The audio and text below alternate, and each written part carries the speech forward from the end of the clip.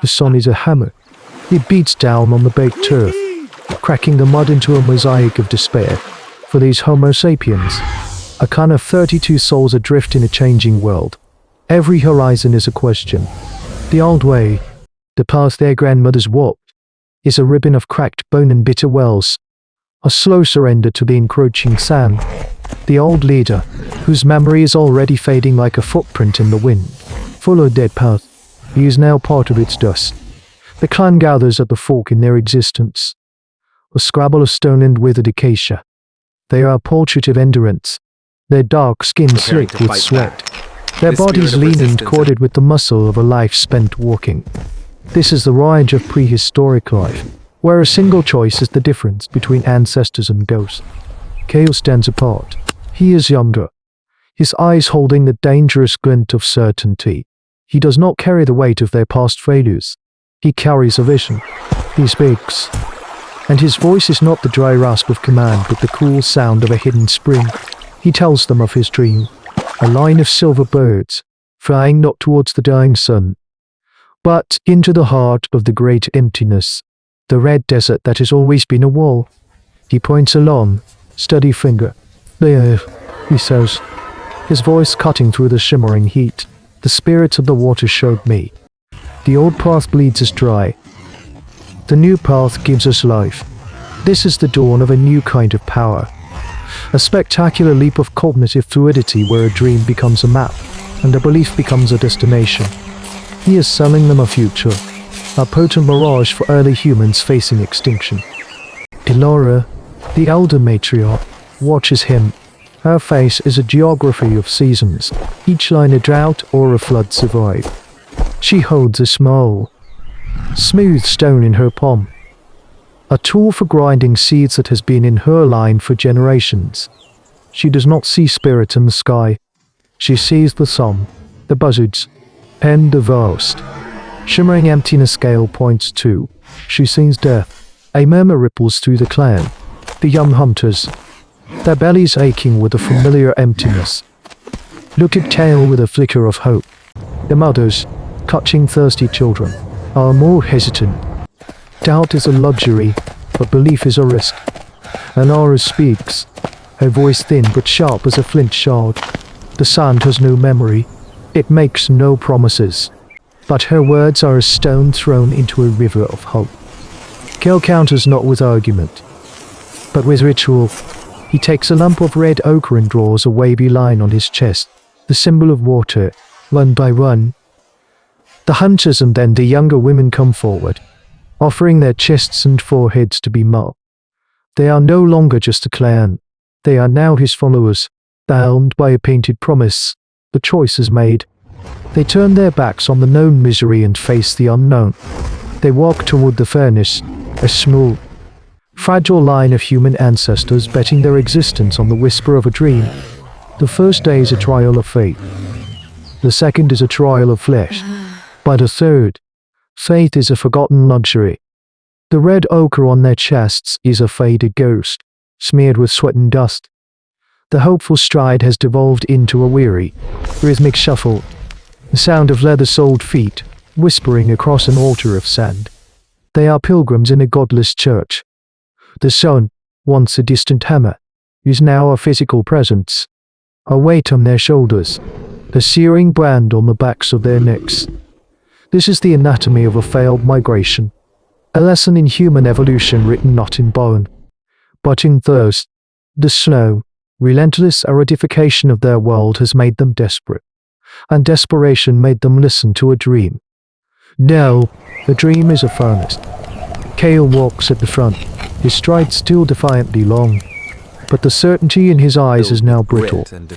He scans the horizon, a shimmering line of heat and emptiness, searching for the landmarks of his vision. He sees the twin pillars of rock he promised them, but they are a cruel parody of his dream. They stand gaunt and skeletal, and at their base, where the life-giving spring should be, there is only more sand, rippled by a wind that offers no coolness. A collective groan, too joyful sound, passes through the clan. The illusion shatters.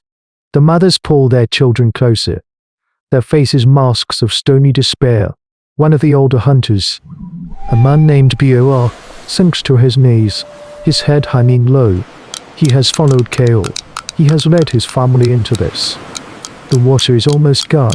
What remains is carried in stitched gut skins, warm and tasting of animal. Elara takes control of the rationing.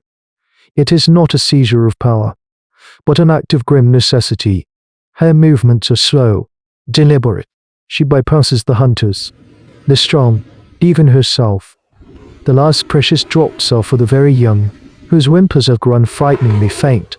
A mother receives the ration, and instead of drinking, she dips a finger in the water and wets the cracked lips of her child. This is the calculus of survival. An unspoken act of kin selection where the future is given precedence over the present. Kel watches this, his jaw tight. We are close, he insists, his voice a roar as. The spirit are testing us. But no one looks at him now. Their eyes are on Elara, on the water skins, on the merciless sky.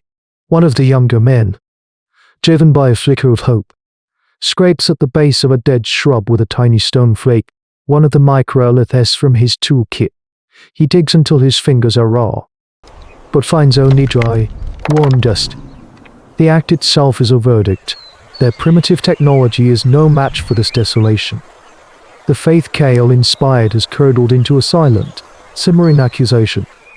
As another blood-red sun bleeds across the horizon, the clan huddles together. They are no longer following a prophet. They are a knot of ancient humans lost in the void, and the man who led them here is now just a man, the architect of their tomb.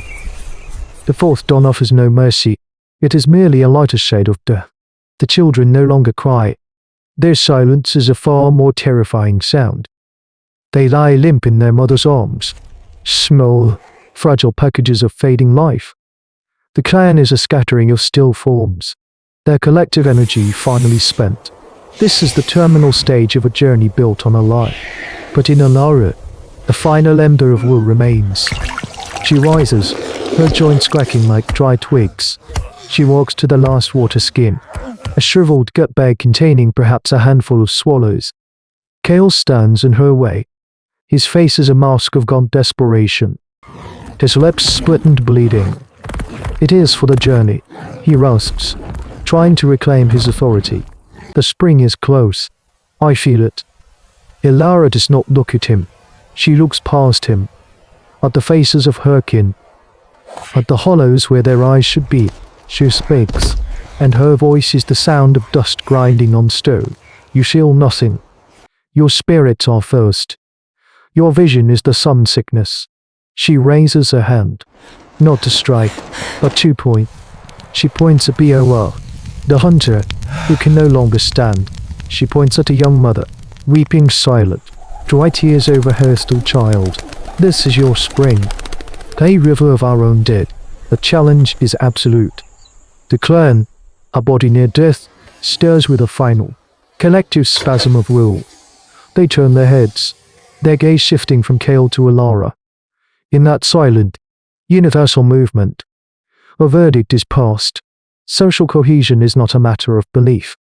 It is a brutal pact of survival. The group has judged its leader.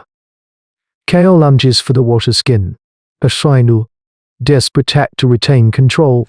But Bor, rising on shaking legs, intercepts him. He doesn't strike him.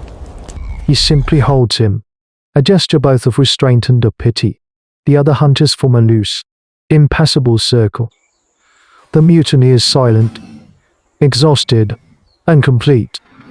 Elara takes the water skin and proceeds to give the last drops to the children who still breathe. It is not enough. It is a plan. Having done so, she turns back to Kale. She hands him nothing. No tool, no water, no word of forgiveness. She simply points east, into the endless furnace of the rising sun, the direction of his failed vision. The message isn't spoken and understood by every member of these ancient humans. He is the broken part of the tool, the failed hunt, the poison in the well. To save the whole, the part must be cast away. He stumbles, looks back at the faces that once held him in awe, and finds only blank stone. He turns and begins his final walk alone. His debt is to be paid in dust. Elara then turns her back on him, facing west, back the way they came, but slightly north, toward a line of low, dark hills. A gambler's last bet on the logic of shadow and stone over the fantasy of a dream. Slowly, painfully, the remnants of the clan rise and follow. The story of whether Elara's clan survived is lost to the deep time of prehistory. Their footprints and chaos were erased by the first wind. But the event itself echoes with the force of a foundational myth. This was more than a mutiny. It was a critical step in human evolution, a brutal but necessary software update for our species. It was the moment a community, on the brink of extinction, chose the grim reality of a wise elder over the beautiful lie of a charismatic prophet. That confrontation in the dust was a crucible, forging the very nature of our social cohesion. The instinct to follow a powerful vision is core to us, but the instinct to survive its failure is what kept us alive. The ghost Kel followed was the seductive whisper of an easy answer, a promise to bypass suffering. Elara's answer was the bedrock of our success. There is no bypassing it. There's only endurance, intelligence, and the hard-won trust of the group. Their struggle is the primal drama that unfolds within us even now, a constant battle between the dreams that inspire us and the truths that sustain us. And it begs the question we still face in every crisis. When the promise fails, who do we trust with the last drops of water? The desert remembers everything, but it tells no tales. I am the chronicler, a witness to the echoes in the silence. A new ice is coming, and with it, a new kind of hunger.